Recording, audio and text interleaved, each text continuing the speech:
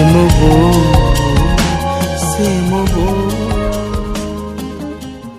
बोऊ मो परे आसीथिबा पिलामाने तुमको माँ डाकिले अन्य पड़ोशी परिवार को देखी मु किंतु से प्रचलित बोऊ डाकुथली तुमको। तुम पाखक तुम जीवदशार केबे चिठी लिखि नाही बापा पाखक चिठी दे तुमको शुणी देवाको लिखि थाए। केबे हेले बापा बा तुमको जणई नाही जे तुमे दुई जण कौन करिछ आम पई।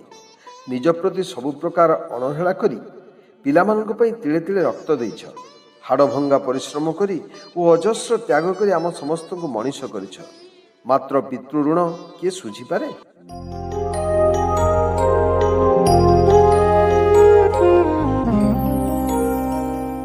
आज को 20 वर्ष तले तुमको आ बापा को स्वर्ग द्वार शुआई दे आसी मात्र 20 दिन व्यवधान भितर तुम दुई जण चलीगल।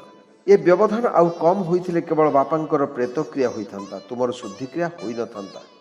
बहुत बाधी थांता मते ए कथा। प्रभु तुम दुई जनकर पारलौकिक क्रिया करिबा सुजोग दे मते धन्य कले। मो उपरु 3 जण संतान मरी जाइथिले।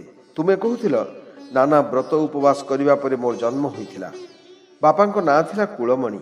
एबे मोर मने हेउछि प्रकृत रे से कर कुलर मणि थिले। तुम सह घर करिबारु तुमे तांक प्रति अचलाचल भक्ति रखी चरित्रवत्ता और पति प्रेमर ज्वलंत उदाहरण होई जो संतान मानक संसार को आनिथिल सेमाने परवर्ती काल रे समाज रे प्रतिष्ठित हेले। मु शिक्षा विभाग रे डायरेक्टर, शरत शिक्षा विभाग रे मिनिस्टर, अजित डाक्टर और प्रभात प्रोफेसर हेले।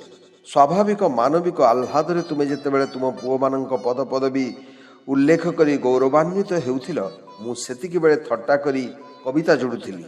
जड़े डायरेक्टर, जड़े मिनिस्टर, जड़े डॉक्टर, जड़े प्रोफेसर आउ एक कथा सुनिबा बेले तुम मातृसुलभ गौरवबोध सूचक स्मितहास्य मते उल्लसित करुथिला।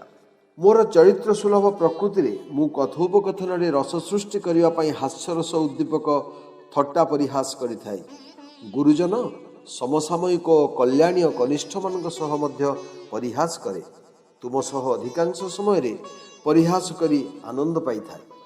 मो पिला बेले बाग्मी विश्वनाथकर प्रतिष्ठित उत्कल साहित्य प्रेस जड़े पियन संगे साइकेल रे बसी सही प्रेस मैनेजर थिबा बापांक पाखकु गला बेले मु पड़ी जाइथिली। मोर मने पड़ुछि बोऊ सेते बेले मो मुंड फाटी रक्त बहिला ओ कना पोड़ी खंडिया जगह दियागला। इलो मो पुओ बोली तुमे चित्कार करिबा मोर मने अछि। मु कोन कहिथिली मोर मने नहीं। तुमे किंतु कुह जे मु कहिथिली बोऊ मो हेड फाटी गला। छोट पिला मुहरे ए इंग्राजी शब्द उच्चारण तुमको खूब आनंद देइथिला। तो गोबर लगा चिरापण तो मो पाई कोटी मूल सुना मुकुट मोती माणिक नुहे तो समतुल ममता झरा स्नेह बोला कानी रे पोछि दो सारा जगते किए से अछि तू परी हब। परिणत बयस बेले बेले तुमे ओ बापा पिला भली कथा कहला बेले मु उपभोग करुथिली। मोर हार्टटा आस्ते आस्ते खराब हो जाउछि। पाखरे थिबा बापा को कहली बापा बोऊ आजिकाली कथा कथा के इंग्राजी शब्द व्यवहार करुछि। बापा मध्ये ए कथा को खूब उपभोग करथिले। ये सब सुनी तुमे कहलो हार्ट शब्दटा कोन इंग्राजी मु भाबिथिल ता ओडिया बोली। तुमर ए कथा को आमे बाप पुओ खूब उपभोग करथिलु।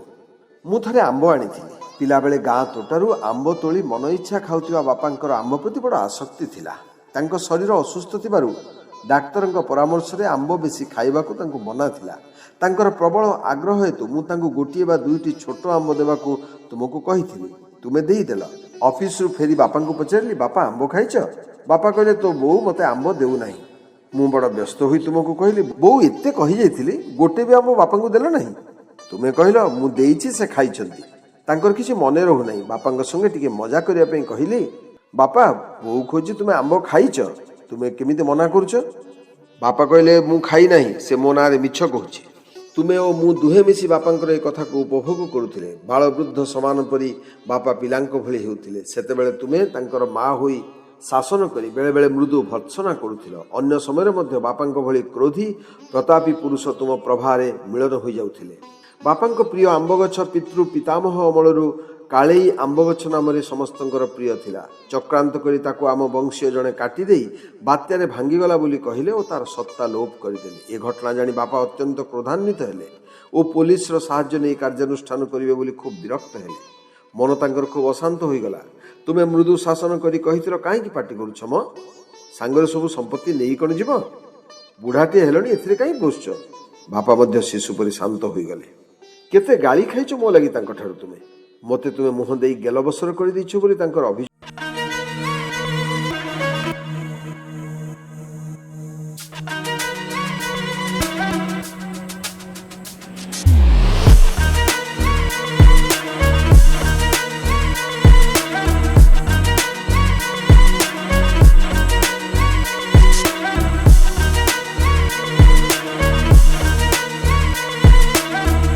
ସ୍ନେହ ଆଦର ପାଇ ମଧ୍ୟ ରାଗିଗଲା ବେଳେ ମୁଁ କଠୋର ଭାବରେ ତୁମ ପ୍ରତି କଟୁ ଭାଷା ପ୍ରୟୋଗ କରୁଥିଲି। ତୁ ସମ୍ବୋଧନ କରି ଏସବୁ କଟୁ କଥା ଠିକ୍ ହେଉନାହିଁ ବୋଲି ହୃଦବୋଧ ହେବାରୁ ନବମ ଶ୍ରେଣୀରେ ପଢ଼ିଲା ବେଳେ ତୁମକୁ ତୁମେ ବୋଲି ସମ୍ବୋଧନ କରିବାକୁ ଅଭ୍ୟାସ କଲି। ଏହି ସମ୍ବୋଧନ ହେତୁ ରାଗ ସମୟରେ ଭାଷା ଆଉ କଟୁ ହେଲା ନାହିଁ। ମୋର ଏହି ରାଗ ଦେଖି କହୁଥିଲ ତାକୁ ଲିଙ୍ଗରାଜ ଗୋସେଇଁ ଦେଇଛନ୍ତି, ତାଙ୍କ ରାଗ ସେ ଆଣିଛି। ଲିଙ୍ଗରାଜଙ୍କ ମରିଚି କୁଣ୍ଡରେ ଗାଧୋଇ ମୁଁ ତାକୁ ପାଇଛି। ତାପରେ ପିଲା ମୋର ବଞ୍ଚିଛନ୍ତି। ତା ପୂର୍ବରୁ ପିଲା ମରିଯାଉଥିବାରୁ ସେ ଅପରତି ଆଣିଛି, ତେଣୁ ରାଗି ହେଇଛି। କେତେ ବିଶ୍ୱାସ ଥିଲା ମୋ ଉପରେ ତୁମ। ସାରା ଜଗତେ କିଏ ସେ ଅଛି ତୁ ପରି ହବ ବୋଲ ବୋଉ ତୁମ ବୋଉ ବୋଲ ବୋଉ ତୁମ ବୋଉ। ବଡ଼ ପୁଅ ଯେ ଧର୍ମଜ ସନ୍ତାନ ବୋଲି ଆମର ଶାସ୍ତ୍ର କହେ। ତୁମେ ମୋର କୁଳ ଧର୍ମ ପ୍ରତି ବିଶ୍ୱାସ ଦେଖି କହୁଥିଲ, ମୁଁ ମଲା ପରେ ଏ ମୋତେ ପିଣ୍ଡ ଦେବ, ତୀର୍ଥରେ ଶ୍ରାଦ୍ଧ କରି ମୋତେ ମୁକ୍ତି ଦେବ। ତୁମେ ଯାହାକୁ ଅତି ଆଗ୍ରହରେ ବୋହୂ କରି ଆଣିଥିଲ, ସେହି ଶାନ୍ତିଲତା ଆଣ୍ଠୁର ରୋଗଜନିତ ପ୍ରବଳ ପୀଡ଼ା ସତ୍ତ୍ୱେ ମୋତେ ଜବରଦସ୍ତ କରି ଗୟାରେ ପିଣ୍ଡଦାନ ଓ ଆହ୍ଲାବାଦରେ ଅସ୍ଥି ବିସର୍ଜନ କରାଇଲା। ବହୁ ଅସୁବିଧା ସତ୍ତ୍ୱେ ସୁରୁଖୁରୁରେ ଏହା ହେବା ତୁମ ପ୍ରବଳ ଇଚ୍ଛାଶକ୍ତି ଯୋଗୁଁ ସମ୍ଭବ ହେଲା। ତୁମର ହୃଦରୋଗର ନିୟମିତ ଚିକିତ୍ସା ହେତୁ ତୁମେ ଭଲ ଥିଲ। ବାପା କିନ୍ତୁ ଧୀରେ ଧୀରେ ନିଷ୍ପ୍ରଭ ହୋଇ ଆସୁଥିଲେ। ହଠାତ୍ ଅଚେତ ହୋଇ ସେ ବିଛଣାରେ ପଡ଼ି ରହିଲେ। ତାଙ୍କର ବାକ୍ଶକ୍ତି ଓ ଖାଦ୍ୟ ଗ୍ରହଣ ଶକ୍ତି ଚାଲିଗଲା। ନଳୀରେ ଖାଦ୍ୟ ଦିଆଗଲା। ଏଥିରେ ଆତଙ୍କିତ ହୋଇ ତୁମେ ସବୁବେଳେ ମୋତେ ପଚାରୁଥିଲ, ଇଏ କ'ଣ ଆଉ ଭଲ ହେବେନି? ମୁଁ ଆଶ୍ୱାସନା ଦିଏ, ଭଲ ହେଇଯିବେ। ତୁମେ କିନ୍ତୁ ବାପାଙ୍କ ଅବସ୍ଥା ଦେଖି ମୋ କଥା ଉପରେ ଆସ୍ଥା ରଖିପାରିଲ ନାହିଁ। ବିଷାଦର କଳା ବାଦଲ ତୁମ ମୁହଁକୁ ଢାଙ୍କି ରଖୁଥିଲା। ଅହ୍ୟ ହୋଇ ତାଙ୍କ ଆଗରେ ଯିବା ଭାଗ୍ୟ ଆଉ ବୋଧହୁଏ ମିଳିବ ନାହିଁ ବୋଲି ତୁମର ଭୟ ହେଉଥିଲା। ତୁମେ ତ ଜାଣିନାହ ବୋଉ, ତୁମ ଇଚ୍ଛାଶକ୍ତିର ହିଁ ବିଜୟ ହେଲା। ବାପାଙ୍କ ଆଖି ଆଗରେ ହଠାତ୍ ତୁମେ ଚାଲିଗଲ। ହୃଦରୋଗରେ ପୀଡ଼ିତା ହେବା ଯୋଗୁଁ ତୁମକୁ କଟକ ବଡ଼ ଡାକ୍ତରଖାନାରେ ଭର୍ତ୍ତି କରାଗଲା। ଠାକୁର ପୂଜା ପାଇଁ ମୁଁ ପ୍ରତିଦିନ ଭୁବନେଶ୍ୱର ଯିବା ଆସିବା କରୁଥାଏ। ମନରେ ଆଶଙ୍କା ଥାଏ କାଳେ ମୋ ଅନୁପସ୍ଥିତିରେ କିଛି ଘଟିଯିବ। ପ୍ରଭୁ କିନ୍ତୁ ଏହା ଘଟିବାକୁ ଦେଲେ ନାହିଁ। ତୁମର ଇଚ୍ଛା ଶକ୍ତିର ବିଜୟ ହେଲା। ତୁମେ ମୋ ଉପସ୍ଥିତିରେ ତୁମ ନିଜ ଘରକୁ ଫେରିଗଲ। ପାଖରେ କେହି ନଥାନ୍ତି, କେବଳ ମୁଁ ଥାଏ। ତୁମେ ଛୋଟ ଝିଅଟି ଭଳି କଅଁଳ ସ୍ୱରରେ କହିଲ, ମୋତେ ଜଲ୍ଦି ନେଇଯା। ମୁଁ ପଚାରିଲି, କୁଆଡ଼େ? କହିଲ, ଆମ ଘରକୁ। ତାପରେ ପରେ ଖୁବ୍ ବଡ଼ ଧରଣର ହୃଦଘାତ ହେଲା। ମୋ ହାତ ଉପରେ ଟିକେ ବାନ୍ତି କରିଦେଲ। ପରେ ପରେ ମୋ ଓଠକୁ ଧରି ହଲେଇ ଦେଲ। ବଡ଼ ପୁଅଠୁ ଶେଷ ବିଦାୟ ନେଇ ନିଜ ଘରକୁ ଚାଲିଗଲ। ସୁଖର ଅଞ୍ଜଳି ଓଜାଡ଼ି ଦେଇଛୁ, ସ୍ମୃତି ସବୁ ଛାଡ଼ି ଦେଇ ଫେରିଆ ବହୁତ ମନେ ପଡ଼ୁଛୁ ତୁ, ଋଣୀ କରି ଗଲୁ କାଇଁ? କିଏ ବୁଝିବ ମୋ କଥା, ଦବ କେତେ ଶ୍ରଦ୍ଧା? ହାୟରେ ଭାଗ୍ୟ କାହିଁ କଷ୍ଟ ଦଉ ମୋ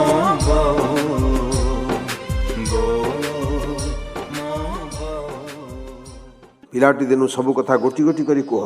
ତୁମ ଗ୍ରାମ ବିରୁପା ସେପାରି ଭାକୁଡ଼ ଗ୍ରାମ। ଆମ ଘର ଲୋକେ ତୁମକୁ ଭାକୁଡ଼ ମାଛର ଗାଁ ବୋଲି ଚିଡ଼ଉଥିଲେ। ସେଇ ଭାକୁଡ଼ ଗାଁରୁ ଆସିଥିବାରୁ ତୁମର କ'ଣ ମାଛ ଖାଇବା ସଉକ ହେଇଛି? ତୁମେ ହସି ଦେଉଥିଲ। ମୋତେ କହୁଥିଲ, ତୁମ ଗାଁରେ ସମସ୍ତେ ସଂସ୍କୃତ ପଣ୍ଡିତ।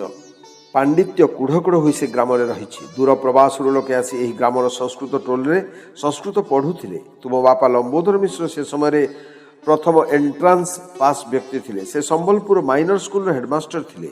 ବର୍ଷକେ ଥରେ ସାତକୋଶିଆ ଗଣ୍ଡ ଦେଇ ବିରୁପା ନଈକୂଳରେ ପହଞ୍ଚୁଥିଲେ।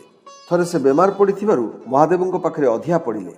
ତୁମେ କହୁଥିଲ, ତୁମ ବୋଉ ପାଲୁଣୀ ଦେବୀ ପଚାରିଲେ, ଅଧିଆ ପଡ଼ିଥିଲ ରୋଗ ପାଇଁ? ଶିବ କ'ଣ କହିଲେ? ତୁମ ବାପା କହିଲେ, ମହାଦେବ ମୋତେ ସପନେଇଲେ।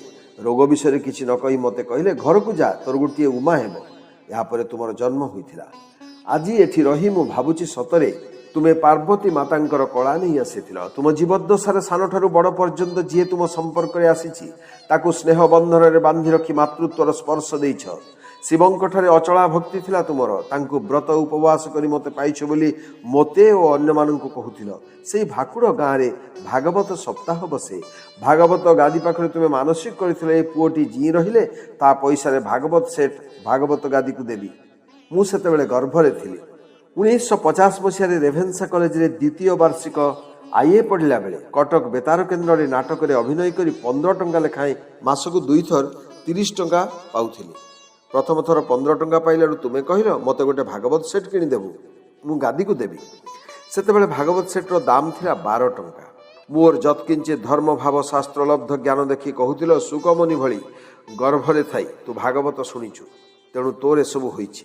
ବୋଉ, ଗର୍ଭରେ ଥିଲାବେଳକୁ ତୁମେ ମୋର ଜୀବନକୁ ଧର୍ମଭିତ୍ତିକ କରିଛ।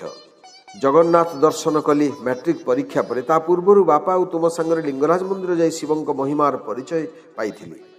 ପୁରୀ ଯିବା ପୂର୍ବରୁ ତୁମେ ଫଟୋରେ ଜଗନ୍ନାଥକୁ ଦେଖେଇ ଦେଇ କେମିତି ସେ ଅଧାଗଢ଼ା ରହିଲେ ତାହା ବୁଝେଇ ଦେଇଥିଲ। ତୁମର ପ୍ରଭାବରେ ଜଗନ୍ନାଥ ମୋ ଜୀବନର କେନ୍ଦ୍ର ହେଲେ। ସ୍କୁଲ ଗଲାବେଳେ ପ୍ରଥମେ ଅଲିସା ବଜାର ବଣିଆ ସାହିର ଛୋଟ ମନ୍ଦିରରେ ଜଗନ୍ନାଥ ଦର୍ଶନ କରୁଥିଲି। ତୁମର ବର୍ଣ୍ଣନା ଶୈଳୀରେ ଅପୂର୍ବ ବର୍ଣ୍ଣନାର ପୁଟ ରହିଥିଲା। ତୁମେ କହୁଥିଲ, ପୁରୀ ସମୁଦ୍ରରେ ନଡ଼ିଆ ଗଛ ଉଞ୍ଚର ପାଣି ଲହଡ଼ି ଆସେ। ହେତୁ ପାଇଲା ପରେ ପ୍ରଥମ ଦର୍ଶନରେ ସମୁଦ୍ରରେ ନଡ଼ିଆ ଗଛ ଉଞ୍ଚ ଲହଡ଼ି ନ ଦେଖି ବିସ୍ମିତ ହୋଇଥିଲି। ପିଲାବେଳେ 22 ପାହାଚରେ ମୋତେ ତୁମେ ଗଡ଼େଇ ଦେଇ ମୋର ଦୀର୍ଘ ଜୀବନ ହେଉ ବୋଲି କାମନା କରିଥିଲ। ତୁମ ଦୁହିଁଙ୍କର ଦୀର୍ଘ ଜୀବନ ଥିବା ହେତୁ ମୁଁ ବହୁକାଳ ମାତୃପିତୃ ସୁଖ ପାଇଲି। ଜ୍ୟେଷ୍ଠ ପୁତ୍ର ହାତରେ ତୁମର ବାପାଙ୍କର ମୁଖାଗ୍ନି ହେଉ, ଏହା ଥିଲା ତୁମର ଦୁର୍ବାର କାମନା, ଆଉ କିଛି ଚାହୁଁନଥିଲ। ଆମେ ଭଲରେ ରହୁ ଦେଖି ଖୁସି ହେବ ବୋଲି କହୁଥିଲ, ସବୁ ସେଇଭଳି ହେଲା। 1990 ମସିହାରେ ତୁମେ ଦୁହେଁ ଚାଲିଗଲ। ନଭେମ୍ବରରେ ଗଲ ତୁମେ, ତାର କିଛି ଦିନ ପରେ ଡିସେମ୍ବରରେ ଗଲେ ବାପା। ତାର କିଛି ଦିନ ପୂର୍ବରୁ ୟୁନେସ୍କୋ ତରଫରୁ ମୁଁ ଭିଏତନାମ, ଫିଲିପାଇନ୍ସ ଓ ଥାଇଲାଣ୍ଡ ଯିବାର ହେଲା। ବାପା ସେତେବେଳକୁ ବାକ ଚିତ୍ ଶକ୍ତି ହରାଇ ଶଯ୍ୟାଶାୟୀ। 1 ମାସ କାଳ ବିଦେଶରେ ଥିବାବେଳେ କେତେବେଳେ କ'ଣ ହେବ ଓ ମୁଁ ଠିକଣା ସମୟରେ ଆସି ପହଞ୍ଚି ପାରିବି ନାହିଁ ବୋଲି ଭାବି ତୁମେ କାନ୍ଦିଲ। କହିଲି, ଦେଖ ବୋଉ, ତୁମ ବିନା ଅନୁମତିରେ ବିଦେଶ ଯିବି ନାହିଁ। ତୁମେ ଅନୁମତି ଦିଅ, ମୁଁ ଯାଏ। ମୁଁ ନିଶ୍ଚିତ ଯେ ବିଦେଶରେ ଥାଇ ବାପାଙ୍କ ଶେଷ ବେଳେ ପହଞ୍ଚି ନ ପାରିବା ଭଳି ଦୁଃଖ ମୋତେ ଜଗନ୍ନାଥ ଦେବେ ନାହିଁ। ମୁଁ ବିଦେଶରୁ ଫେରିବାର 6 ମାସ ପରେ ତୁମେ 2 ଜଣ ଚିର ବିଦାୟ ନେଲ। ତୁମ ଇଚ୍ଛା ଶକ୍ତି ସବୁବେଳେ ପ୍ରାଧାନ୍ୟ ପାଇଛି। କହୁଥିଲ, ହରି ବୋଲ ଭାଇ ଗୋବିନ୍ଦ ବୋଲ, ଭାସିଲା ପଥର ବୁଡ଼ିଲା ସୋଲ। କାର୍ତ୍ତିକ ପୁରାଣ ନିଜେ ପଢ଼ୁଥିଲ, ପରେ ମୋତେ ପଢ଼େଇ ବିଷ୍ଣୁଙ୍କ ଅପାର ମହିମା ସହ ପରିଚିତ କଲ ଓ ତାଙ୍କ ଆଡ଼କୁ ଟାଣିଲ। ଯଥାର୍ଥରେ ତୁମେ ବାଳୁତ ବେଳୁ ଗୁରୁ ହୋଇ ପଥ ଦେଖେଇଛ। ମଧୁସୂଦନଙ୍କ ଅଖିଳ ବ୍ରହ୍ମାଣ୍ଡପତି ମୋ ଜୀବନ ସ୍ୱାମୀ ଗୀତ ଶିଖେଇ ବ୍ରହ୍ମାଣ୍ଡ ସ୍ୱାମୀଙ୍କୁ ମୋ ଜୀବନ ସ୍ୱାମୀ କରାଇଲ। ରାଧାନାଥଙ୍କ କେହି ରହିନାହିଁ ରହିବେ ନାହିଁଟି ଭବରଙ୍ଗ ଭୂମି ତଳେ, ସର୍ବେ ନିଜ ନିଜ ଅଭିନୟ ସାରି ବାହୁଡ଼ିବେ କାଳ ବଳେ ପଦ୍ୟ ବୋଲି ସଂସାରର ଅନିତ୍ୟତାର ସୂଚନା ଦେଉଥିଲ। ଓକିଲ ହେଲେ ଅଧର୍ମର ଆଶ୍ରୟ ନେବି ବୋଲି ଆଇନ ପଢ଼ି ସାରି କେବଳ ଡିଗ୍ରୀ ନେବାକୁ ଓ ଓକିଲ ନ ହେବାକୁ ବୁଝେଇଥିଲ। ଗାଉଥିଲ, ସତ୍ୟ ପଥେ ଧର୍ମ ପଥେ ଘେନି ଯାଅ ମତେ। ସେଇ ପଥରେ ଚାଲି ନେତ୍ର ବୁଝେ। ଚାଲିଗଲୁ ବୋଉ ମତେ ଅନାଥ କରି, ଦୁନିଆରେ କହ କିଏ ହବ ତୋ ପରି।